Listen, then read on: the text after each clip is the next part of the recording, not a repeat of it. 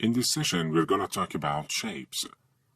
There are two ways for creating a shape.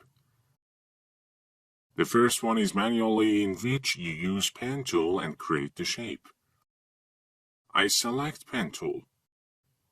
I click once. After the first click, the first point will be created and one shape layer will create in timeline. Hold down Shift, click one more time and create a straight line. I click again and create a square.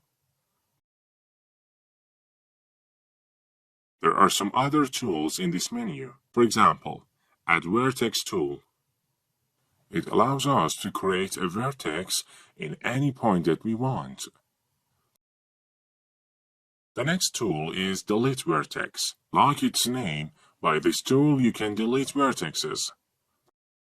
The next one is Convert Vertex tools.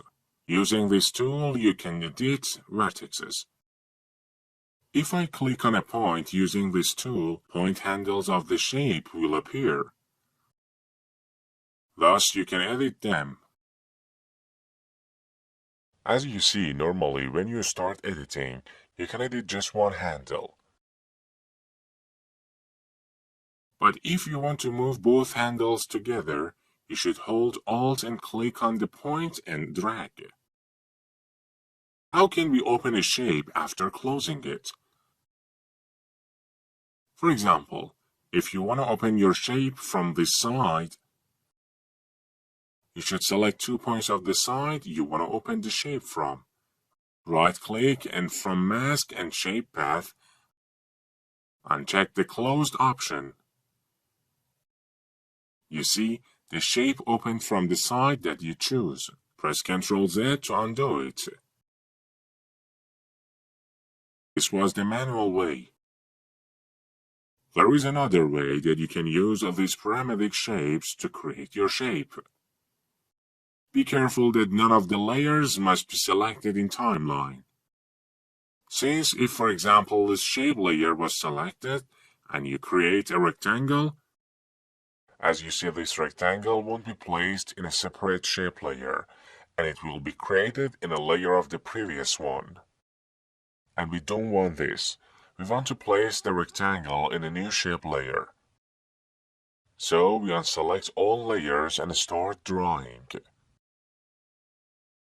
As you see, when I drag, the shape is created from its corner and I can define its length and width. But if I hold Shift, all sides will be symmetric. So this was the second method. The difference between these two methods is that in first method, by using Convert Vertex tool, you could edit your points. But in the second one, if you select the tool, you can't do that. But never mind, using Convert to Bezier Path tool, you can edit rectangle paths. To do this, open Shape Layer, Contents, Rectangle, right-click on Rectangle Path, and select Convert to Bezier Path. Now you can edit the shape using Convert Vertex tool. Okay, let's go to the next parametric shape, Rounded Rectangle. This is a rectangle that has rounded corners. Hold Shift to have symmetrical sides. While dragging, you can increase or decrease the roundness of the corners by scrolling. Now I am decreasing. Let me make it bigger. Now I am increasing the roundness. The next one is Ellipse tool, with which you can create circles. You can hold down Ctrl in order to create the circle from the center and from the point that you click on. And also by holding Shift and Ctrl, you can create an accurate round circle and it won't turn into ellipse. The next one is Polygon tool. Let me create one. I hold down Ctrl to be created from the center. I also hold down Shift to have equal sides. By scrolling, you can decrease or increase the shape size. As you see, when I created this shape, I forgot to deselect the previous shape layer. Therefore, this shape is placed inside the previous shape layer. I don't want this, so I delete this shape and deselect the circle. Now I start making the new shape layer. Well, the next one is a star tool, and you can create stars using it.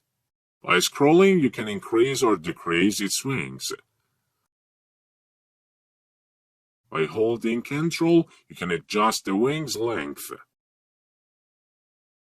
You can do all these things only if you hold down left click of your mouse. Otherwise, if you release it, it won't be possible anymore.